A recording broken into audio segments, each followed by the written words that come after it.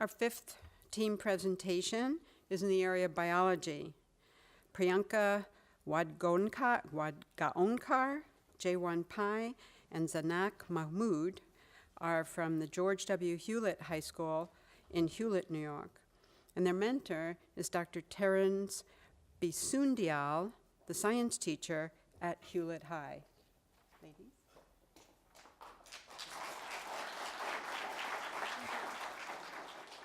Where's my pointer?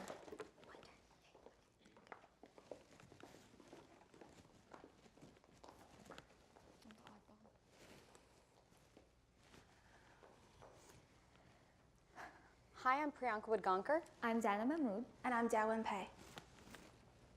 Ozone, an unstable allotrope of oxygen, is considered to be the most phytotoxic air pollutant affecting growth and development of every form of life. Ambient ozone concentrations have increased twofold since the pre-industrial era, and a further increase of 23% is expected by the year 2050. In many parts of the world, ozone levels have already exceeded amounts considered toxic to plant species. In the troposphere, ozone has detrimental effects on various crops. In previous studies, it has been shown to cause necrotic and chlorotic spots and reduce overall biomass. In rice sativa, or rice, a crop sensitive ozone, has been shown to reduce seed mass, reduce photosynthetic activity, and cause lesions. Ozone enters leaves through the stomata, where it breaks down into ROS, or reactive oxygen species, such as superoxide or the hydroxyl radical. These radicals can lead to tissue necrosis, can trigger cascades related to development and defense, and can induce a rapid development of cell death, known as the hypersensitive response, at infected sites. ROS are metabolized by plants through a defense system consisting of antioxidants such as glutathione and ascorbate, and enzymes such as superoxide dismutase and catalase. In an unpublished study, a gene designated as the ozone-responsive stress-related protein, or OZS, was identified in various types of wild rice and implicated in the response of these plants to ozone.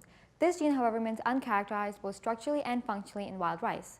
This gene was also not characterized in the rice sativa indica or japonica, the most consumed forms of rice, or other species of plants with respect to ozone. Does the structural homologue of OZS exist in rice sativa japonica? To answer this question, we used BLAST analysis, or basic local alignment search tool, and found that 4 versions of this gene existed on chromosomes 2, 4, 6, and 11 within rice sativa japonica.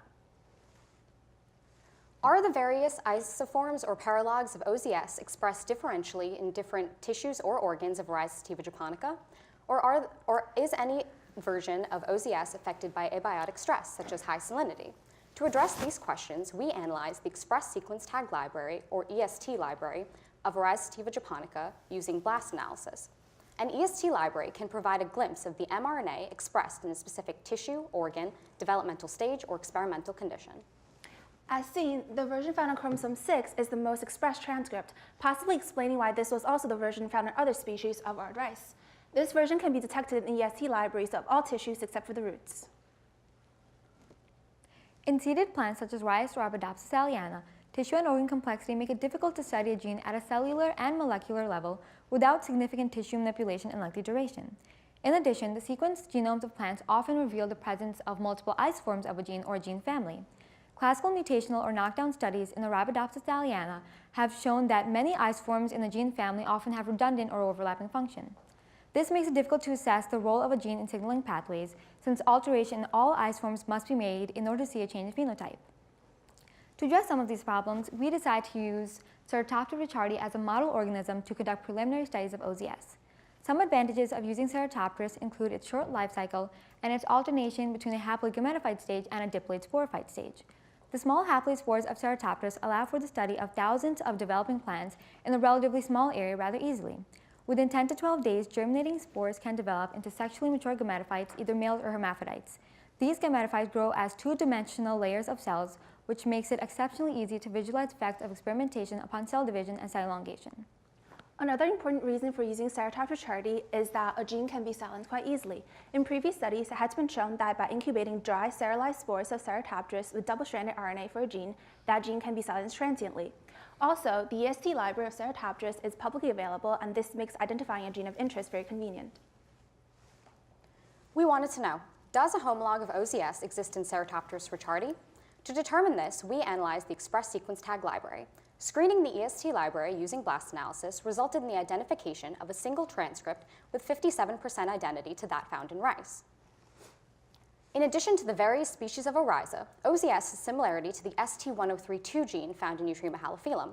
Previous studies done with Eutrema have shown ST1032 to be involved in salt stress, indicating that OZS may play a role in various types of environmental stresses. In rice, it's possible that the version found on chromosome 2 may play more of a role in salt stress, as it's the only isoform expressed in the root and also upregulated when the leaf was exposed to high salinity. Different versions of OZS may have predominant roles in different areas of stress.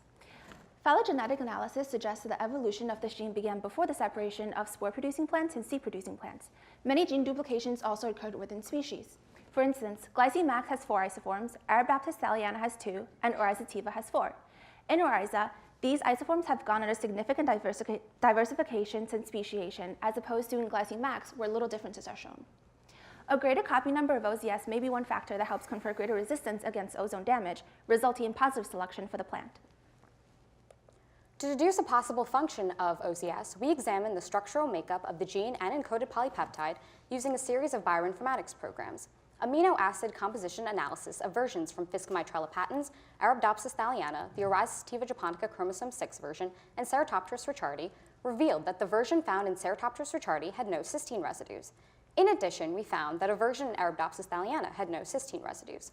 We furthermore saw a prevalence of valine at the N-terminus of our sequence, as well as the N-terminus of the other sequences we examined, indicating a possible transmembrane domain. Finally, OZS seems to have a DUF 1138 domain, highlighted in yellow, or a domain of unknown function. To determine the role of OZS in ozone response, we first needed to establish the experimental conditions to examine OZS in Ceratopteris. Administering ozone to the plant was our first challenge. We purchased a cheap ozone generator that produced relatively high doses of ozone per minute. Part of the problem was to use a dose of ozone that would produce a physiological response other than death. We found that adding the ozone indirectly to liquid media first, before adding the spores, resulted in such a response. Ozone has a shorter half-life in water than it does in air. This helped to lower the dosage of ozone given to plants. In previous study, the approximate ozone dosage given to plants was from 150 to 300 parts per billion for 5 hours. Based on the decay rate we approximated, we added 250 parts per billion for 5 hours of ozone to Ceratopteris. As seen, exposure to ozone caused a decrease in germination rate. Germinating spores also produced a prothalli with decrease in cell number, cell elongation, and displayed irregular morphologies when compared to the minchic gametophytes of spores that were not treated with ozone. Further physiological analysis showed a decrease in chlorophyll production corresponding to case studies done in seeded plants in which there was a decrease in the chlorophyll AB binding protein. The mechanism of ozone toxicity is not completely understood. It is believed that the uptake of ozone results in the oxidative damage of lipids and proteins of the plasma membrane. Within a cell, ROS can trigger the antioxidant defense system as well as the pathogenic defense system.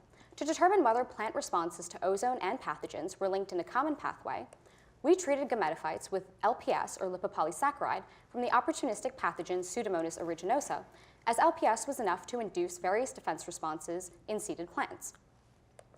As seen, LPS can induce many of the responses seen by ozone. Previously in seeded plants, ozone pathogens have been known to induce ROS. Detoxification of ROS can occur through the production of antioxidants such as glutathione or GSH. To determine if glutathione, a tripeptide, could confer resistance in Ceratopteris, we pre-treated both sporophytes and gametophytes with 50 micromolars of GSH. Then we administered 50 milligrams of ozone to the plant. As seen from results, it was found that glutathione helped confer resistance against ozone damage, as seen from the green viable phenotype compared to the control. Is OZS affected at the transcriptional level by ozone? Germinating spores were treated with 150 milligrams of ozone. RNA was isolated and reverse transcribed and then amplified using gene-specific primers. As seen from the results, the gene was found to be upregulated when compared to expression of a ubiquitin gene found in Ceratopteris.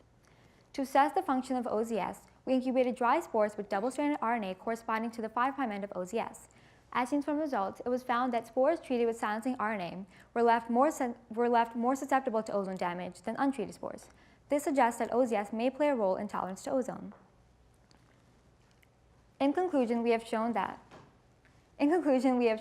ozone produces a similar physiological response in Ceratopteris to that seen in the higher plants, decreasing cell elongation, cell division, and chlorophyll production, as well as increasing cellular senescence. An isoform of an ozone-responsive stress-related protein was isolated from the ESC library of Ceratopteris and was found to be upregulated when the plant was treated with ozone.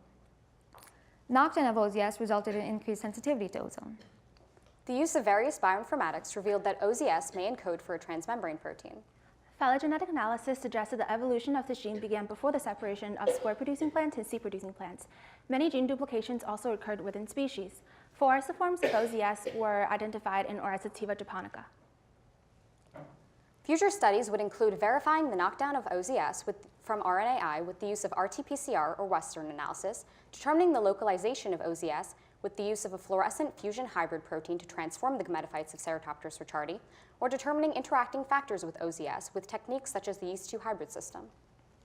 In seeded plants, the effect of LPS upon cultured cells is highly variable. In cultured cells taken from rice, LPS induces the hypersensitive response, but in other cells, such as those taken from Arabidopsis thaliana, a model seeded plant, LPS suppresses the hypersensitive response. In addition, it is not known how LPS is detected by plants. It is believed that there may be receptors present for LPS, however, none have been identified. In this study, we have shown that the gametophytes of the fern Ceratopteris richardii can be used to study LPS-induced hypersensitive response. This is an important finding because it shows that cultured cells can be substituted. Culture cells are expensive and difficult to maintain. This showed that Ceratopteris can be a tool to be used to study the effects of ozone and LPS-induced hypersensitive response. We would like to thank our mentor, Dr. Terrence Bissoondial, who has devoted so much of his time and research into our research for the past 3 years. We would not be here without you. Thank you, Dr. B. We would like to thank the judges for their time today and our families for all of their support throughout our journey. We would also like to thank the Siemens Foundation and the College Board, as well as George Washington University, for letting us present our data here today. The Siemens Foundation has provided us with such a unique and wonderful opportunity that we will always cherish. Thank you.